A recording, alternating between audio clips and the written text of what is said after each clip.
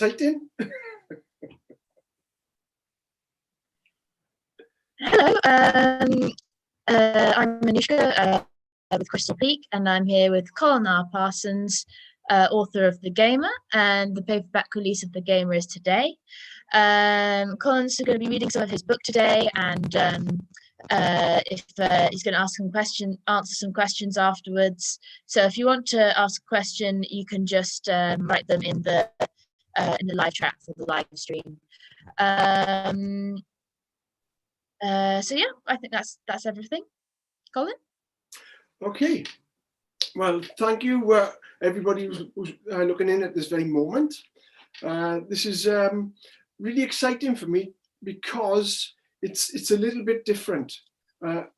Crystal Peak have put all this event together, so thank you to them for that.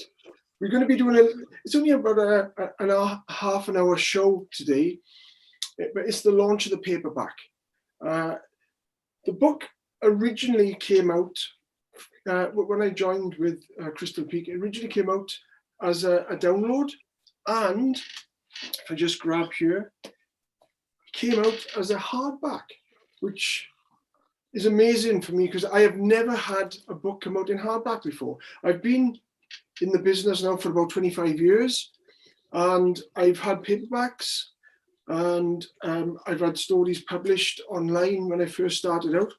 But to have a book on hardback is amazing. That's very prestigious for an author like myself.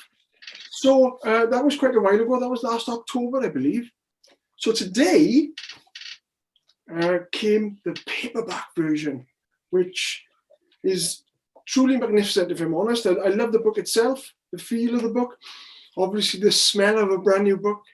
It's fantastic. And I mean, I'll be doing a bit of a reading after. And I don't know, Anushka, is this going to be recorded and then played back later on? Yeah, it's going to be available on YouTube to watch again, definitely. So I know it's on Zoom, and I know we're live on YouTube. I don't know if, will you have a couple of questions for me, Anushka, or would you rather me carry on? Or? Do you want to do the questions now or after the reading? Have you got any you'd like to ask me anyway? Or? I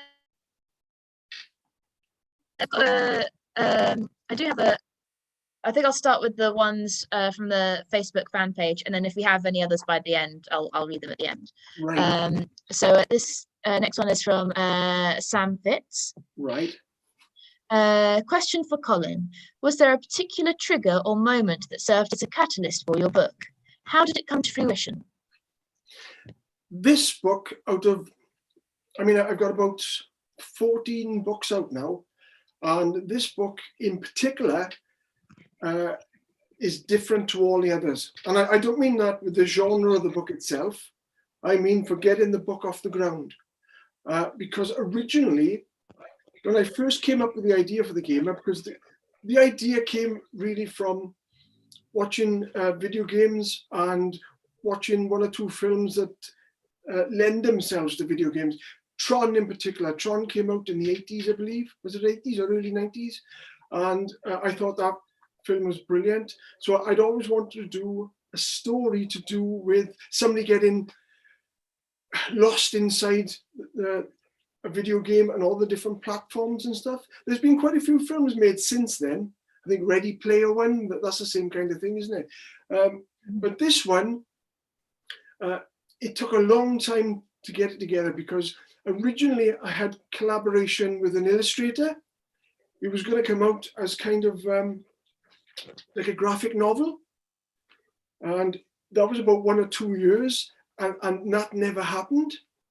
Then I was going to get it self-published, and things went by the by, and that never happened. So time was going on, and then I eventually found Crystal Peak, which was great for me, great fortune for me to find them.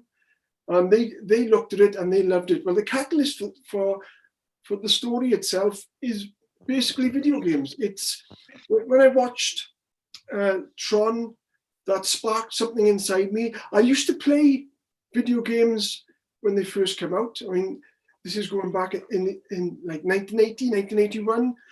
I played the simple video games. I played, what was it? It was Space Invaders and Pac-Man. Pac-Man was my favorite. But if you look at it now, you've got, what was that series of videos that are out with Fix-It Felix? I can't think of the name of the video. Wreck-It Ralph? Wreck-It Ralph. That's the same kind of thing, really, isn't it? So lots of ideas have come out around video games. But it was Tron originally that got me into it. But then I thought, once I get the story going, I realized that once you get immersed into a video world, you can have any background. You can have outer space. You can have underwater. You can have inside a giant arena. You can have gladiators fighting against each other. You can have mermaids in the ocean being chased by whales. You can have anything you like. And that just set me off in all different directions. I like the idea of the main character in it was Drake Banks. I had to have a backstory. So the initial idea of the gamer, which was originally called Death Trap, because the game that he gets sucked into is called Death Trap. But I changed it later on to the gamer, which, because there are lots and lots of books out there called Death Trap, and I didn't want it lost and mixed up with them. So there's not many games called the gamer. And so I got the story up and running in my head, and then I thought to myself, so I've got Drake Banks as a character's name, because I try and find unusual names for the protagonist and whatever other characters are in the story, because I've got Crystal Moon and I got Scott Vent as the two programs in the game. And so Drake Banks his father has died. His father's a captain in the army. And the only life Drake has known is moving from army camp to army camp all over the world. He's never stayed in one place. So I thought to myself, what would happen if you had a character and his father died and he's with his mother and she decides to move back home to her hometown? And number one, he's always moved about. So is he going to fit in one area? He's going to feel kind of claustrophobic for a start. And because he's had a different life to everybody else, he's going to be different. And if you're different in school, your culture or whatever is different, you seem to get picked on or bullied. And that then set into motion the beginning of the story, which I'm going to read out a bit later. He doesn't fit in with any of the group or cliques in school. The only thing that gives him a little bit of solace, gives him a little bit of peace, is an old gaming arcade. Now, where he lives, there's a brand new shopping mall with cinemas and cafes and 10-pin bowling, and they've got gaming arcades there. But at the old end of town, there's an old beaten up gaming arcade, and he went in there one day. He saw it as he was discovering the area. He went in there. There was only a couple of people in there playing the video games, and he noticed this one console with Death Trap written on it. He got into it, and he could spend hours there and not worry about anything else. It took him to another world, literally inside the game. And then one day something happens, pressed the wrong button, wished for something, and he gets sucked into the game, and the story takes off from there. So I don't know if that answers. So there's one more question from Facebook, and it's from Jim Burgess. He says, "Hi all, got a question for Colin ready for his book launch tonight. Have you started a book, and as you went on, thought you had so many ideas that the book was going to be far bigger than expected and had to whittle it down?" Well, that question, I've known Jim for a long, long time. He's a big fan of all my work. Lovely guy as well. Oh, really? You'd probably be a bit embarrassed for saying that, but I actually got Jim back into reading. He didn't read for quite a few years. He had a bit of tragedy in his life, and oh, really? I was working with him, and he discovered I was an author, and he started off with my very first book, and he's bought and read everything since then. So thanks for that question, Jim. Now, if you are an author and you start a manuscript, because you don't know if it's going to be a short story, you don't know if it's going to be a book within itself, if it's going to be like a novella, which is a smaller book, or if it's going to be a full-blown novel. Now, if I get the problem of too many ideas coming along, that to any author is amazing. If you're struggling for ideas, then the novel you had as an idea would become a short story. But if you're writing in the characters, if your plot is opening up sort of loads of different options, that in itself will bring other characters into it, because when you're writing a story, the story dictates to the author. It does with me anyway. And as you're going along, if the ideas are kind of flaring up, that could lend itself to sequels. It happened to me in the beginning. I wrote a trilogy when I first started out because I couldn't stop myself from writing the story. So it's not a curse. It's actually brilliant if you've got too many ideas, because like some of these bigger authors who have got 10 or 14 books, if the ideas keep on going, you can think, okay, I'll go so far with this one novel. That idea, and that idea, that can be book 2, 3, and 4. So sometimes, if you've written something and there's too much in there, maybe you've just got the idea for one book. Sometimes you've got to trim it back. I know an author in particular. She writes horror, and she had to trim off 10,000 words. So I don't know if have we got something cutting in there? So I don't know if we got a feed problem. It seems to have gone now. But yeah, in answer to Jim's question, it's great to have loads of ideas. You can just carry on a series, and you can put more and more characters in. You can kill the characters off as well, and that makes it more exciting. So there you are, Jim. I hope that answers your question. I don't know if you've got, are there any kind of questions, any popping in, Nuchka, or? No, there are no other ones on Facebook, and I can't see any more on the live chat. So yeah, would you like to start reading? Do you want me to do a reading now? Yeah. Yeah, sure. So what I'm going to do, I've said this on many occasions. As an author, I love doing schools. Schools are kind of my bread and butter when we haven't got, obviously, the pandemic and things going on.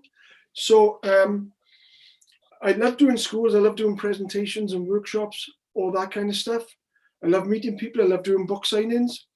The worst thing for me is actually reading aloud.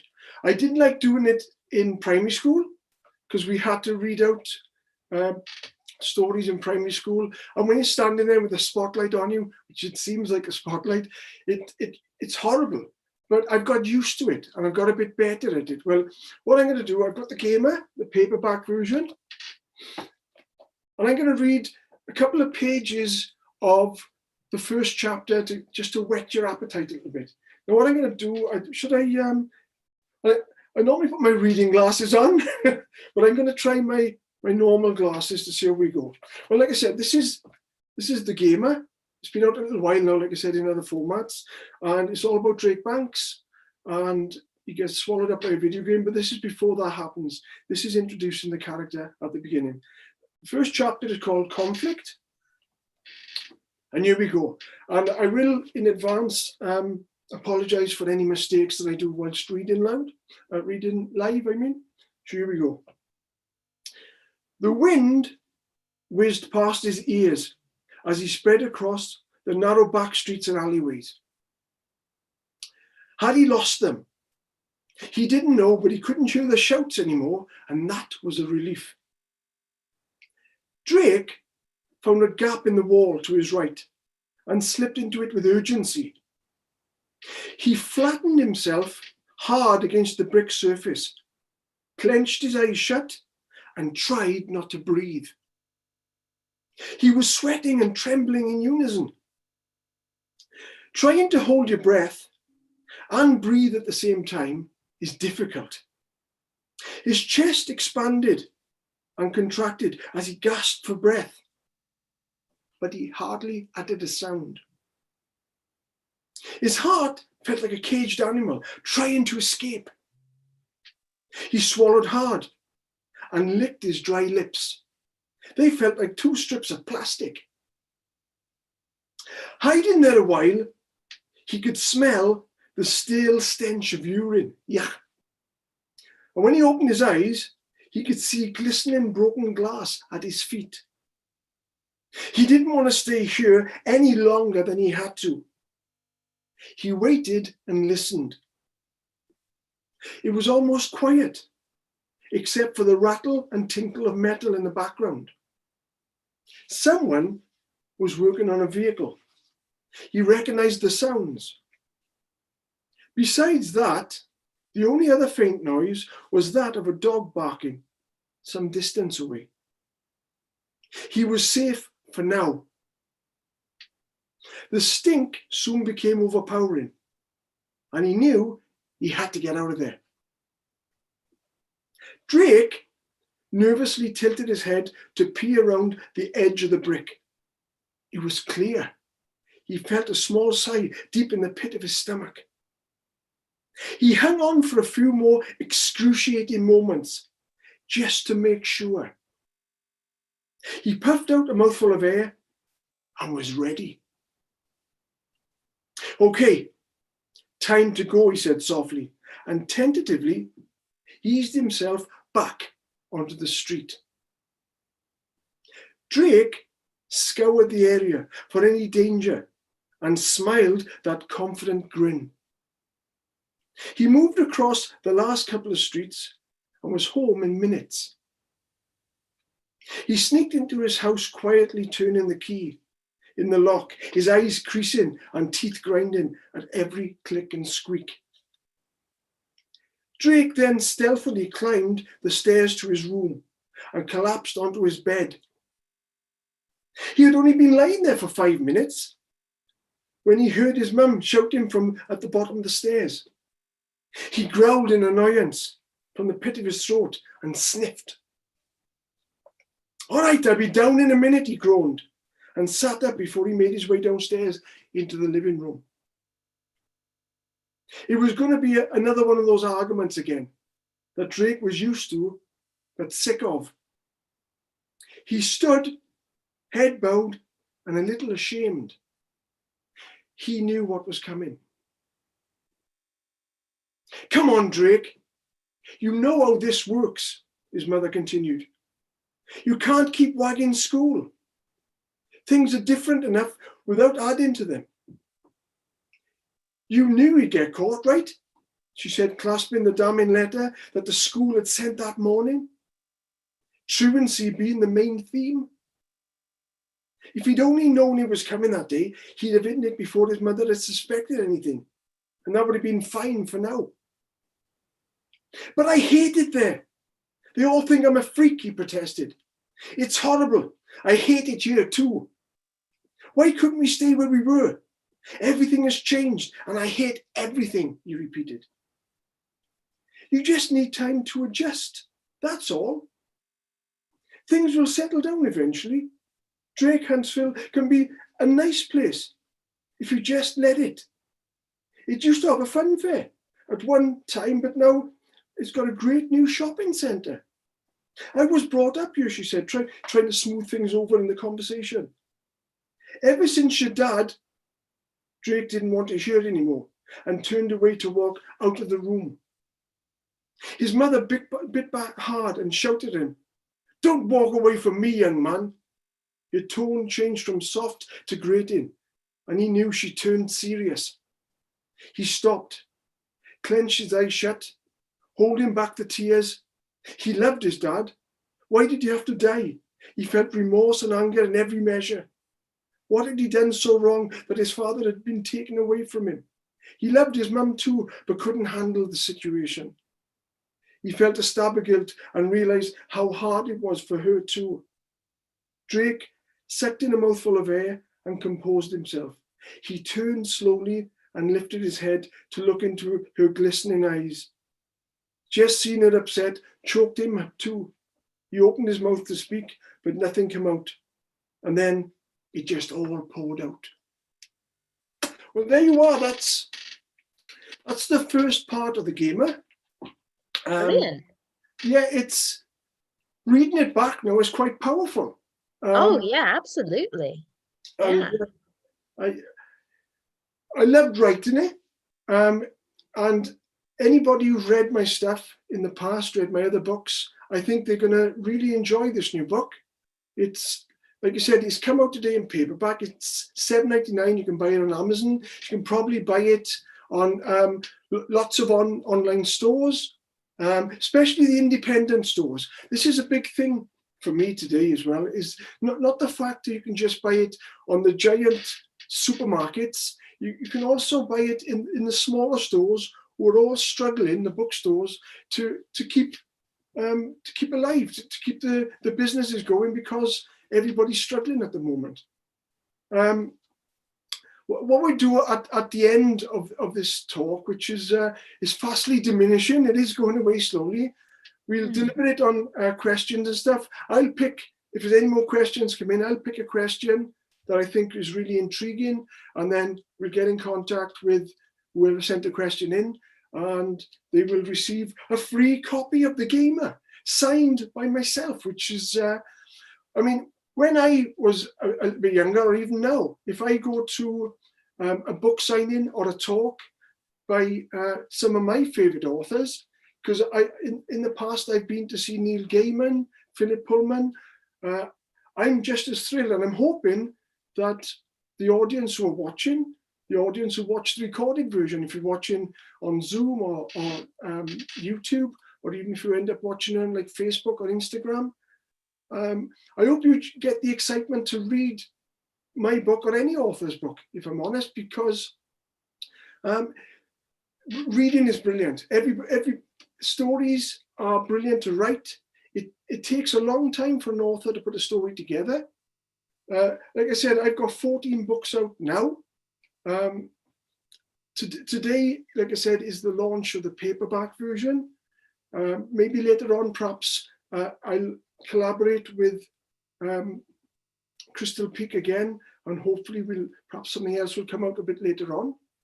Sometimes people ask me, what other things am I doing at the moment? Well, I've got a couple of little kind of plates spinning in the air. I've got, I've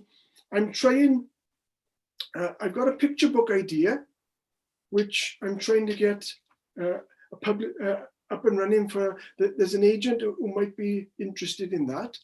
But after today, after the launch of the Gamer with Crystal Peak Publishers, I had a big launch last week as well of another book with another publisher. But there is something that is coming up in the future for me, which I will announce in the next couple of days, which is very exciting as well. I won't say no more, I won't say no more at the moment. It's still a bit of a secret, but I would like to thank Nikki and Kevin Peak for allowing me to work alongside them and bring out the Gamer. I don't know if you've got anything else to ask me, Anushka, before we.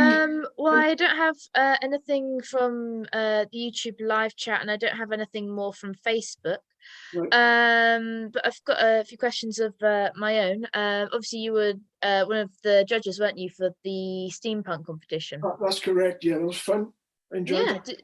Did you enjoy that? Well, I became.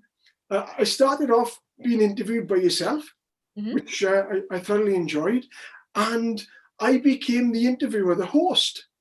Now that doesn't happen very often. I mean, I run something called the Ron the Book Fair, which I'm hopefully get that back up next year if everything returns to some kind of normality. And I'm normally interviewed for like book launches. If you go to a literature festival, I normally sit down with a host. My great friend Matt Lees, he does a lot of the interviews with me. But for me to actually sit in the chair, like I don't know, Parkinson from the 70s, or what's the one, Graham Norton, he does a lot Yeah. of, I don't think I was quite at their caliber, but I think I did okay.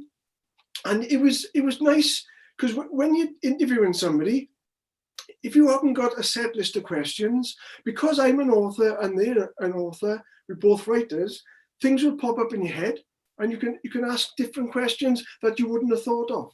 So that was fun. I really enjoyed that. Yeah, you did take to it like a duck to water.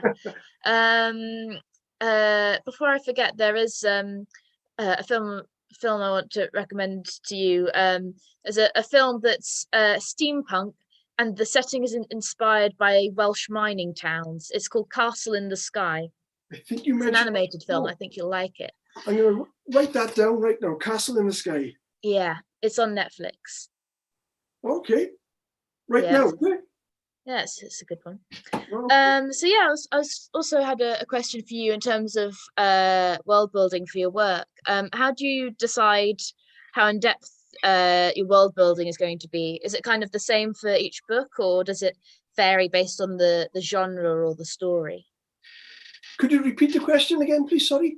How do you decide how in depth your world building is going to be? Oh, okay. Like in terms of, do you have to stop yourself from creating too much before you start writing, or how much do you create, and does that vary depending on the genre or the story that you're writing?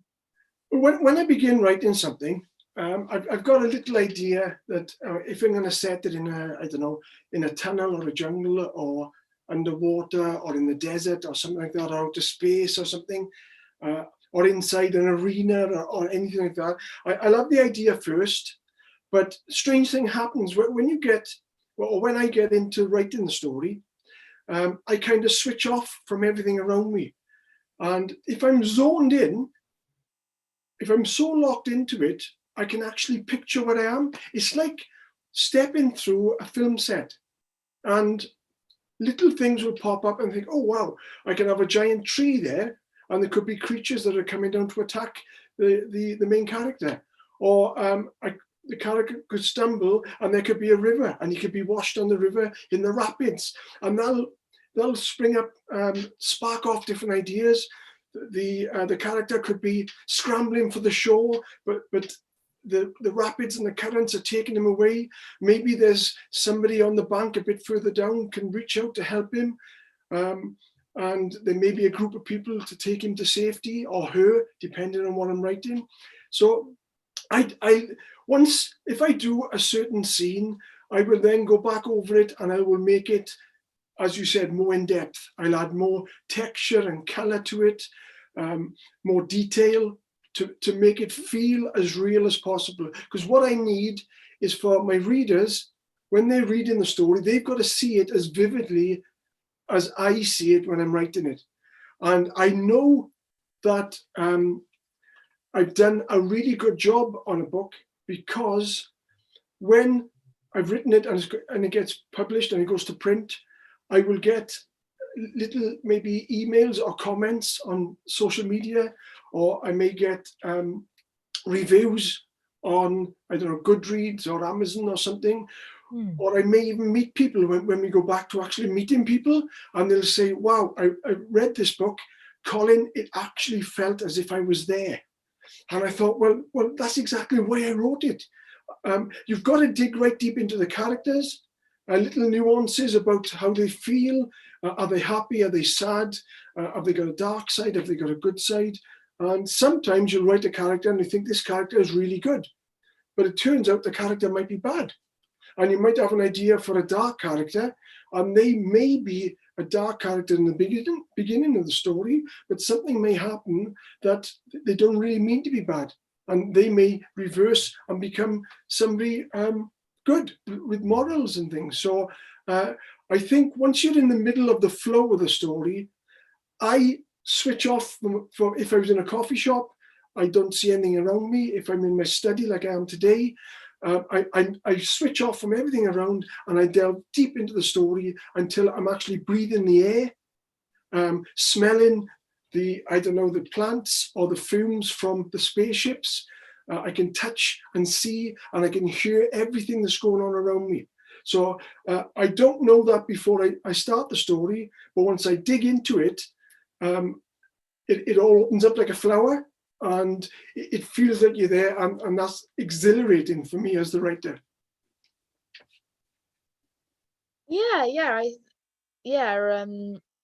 I forgot what I was going to say now. I think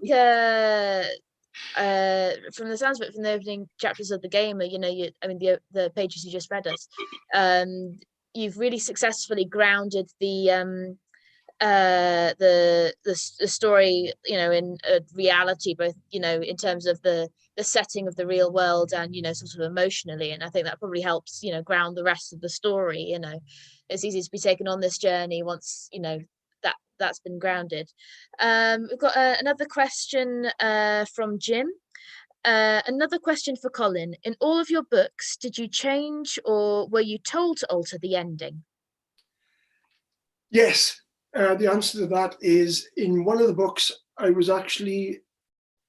can I mention my other books, or are we just doing the Gamer and Crystal Peak?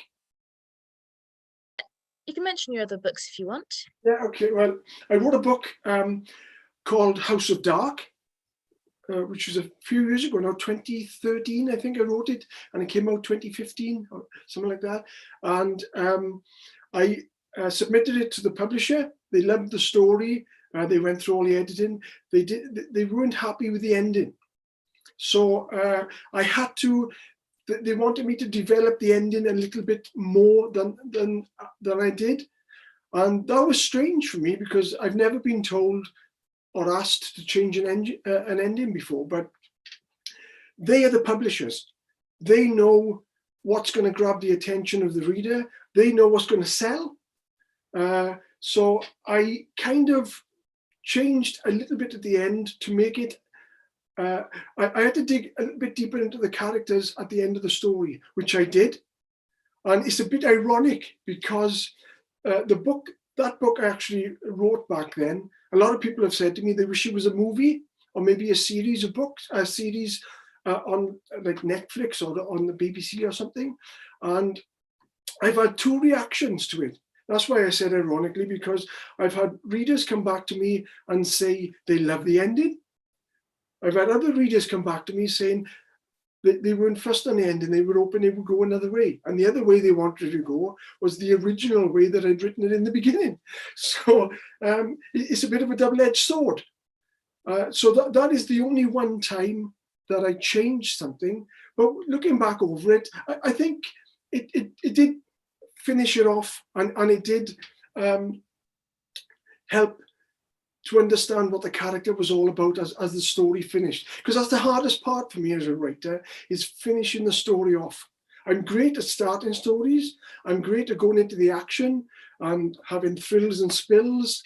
One of the things I hate doing is the choreography of a fight, maybe a sword fight or maybe a punch up or something. I hate that part, because it's difficult. When you get people like J.R.R. Tolkien or George R.R. Martin, when they do these battle scenes with thousands of characters and animals and creatures and everything, that must have been a nightmare to put together. So I try and just kind of gloss over all the choreography part of a story. So, but while still having plenty of action there and plenty of fast-paced thrills and spills. So my books are normally fast-paced. There's normally exciting stuff in there. I do have the odd battle here and there, but yeah, it's sometimes it's hard for me to finish the story off. And if I got more ideas, then I think, okay, I'll put it onto a sequel. That was the trouble in the very beginning. I was doing sequels or leaving the story open, until in the end I had about 5 books and I was doing sequels. I thought, I'm never going to finish these. I'll be about 150. So I've had to do standalone books. But yes, to answer Jim's question, you do get asked sometimes by a publisher, what do you think about that character? Do you want to change that a little bit? And mostly it's for the good. So thanks for that, Jim. It's a brilliant question again. So do you not do you sort of come up with the ideas for your story chronologically? Do you not know how it's going to end until you're coming to the end of writing it? I don't know where the story is going at all. It's unorthodox. It's ridiculous if you think about it. I have got author friends who write children's books. One of them in particular, her name is Sharon Tregenza. She has one of these walls in her house where she's got lots of sticky notes on there with string going here, there, and everywhere. That character to that character. It looks like a CSI episode from the TV series. A whole wall is like I don't know what they call it, like a criminal wall or something. I get an idea for a story. I will maybe write titles for about 20 files from my Word files. And I think, oh, perhaps I'll have a trapdoor in that one. Perhaps I'll have a cave in that one. Perhaps there's a monster waiting for me in that one. And I'll elaborate on the story as I go along. Sometimes it'll work, sometimes it won't. And then if I can't go in that direction, it'll take me in another direction. And the story then evolves and builds as it goes along. So when I get to the end, if the reader or my readers have read my stories and got to the end and they're very surprised at the end, I was just as surprised because I didn't know I was going to end up there. It sounds ridiculous, but that's the way I write. And if I'm shocked, I want my readers to be shocked. If I'm in the middle of a story and I've got a character that makes me physically chuckle, I want them to chuckle. If there's a part in my story where I retch as if I want to be sick, then I want them to feel the same way, because I dig so deeply that they've got to feel exactly the things that I'm feeling to make the story work. If they feel happy, or even if they feel sad, because sometimes you've got to let go of characters, and if they feel sad, but I'll always pick it up and make it happy a bit later on. So it's a little bit of everything. Brilliant. Okay, Colin. Well, I think we'll wrap it up here then. So Yeah. yes, down in the description, hopefully there's a link to the book if anyone wants to find out where they can purchase it. And I don't think we've mentioned it so far in the channel. Colin has his own YouTube channel. It's very good. Check it out. It has poetry and short stories and writing advice. It's brilliant. And you're pretty much on all the social media, aren't you? Twitter, Facebook. Yeah, I'm all over it. All those. So if when we actually pick the winner of the with the question or whatever, if there's any more questions come in, then put the questions on the Crystal Peak fan page, and then you can all relay them to me. And then when I pick the best one, we can get in contact with the person who sent it through Messenger or email, and then we can send a signed copy directly to them then. Brilliant. Great. Well, thank you very much, Colin. So goodbye to everyone watching at home. Thank you very much, everybody, for watching this, and I look forward to seeing you all soon. Bye now. Should I come off now, or? Okay, I've just ended the stream.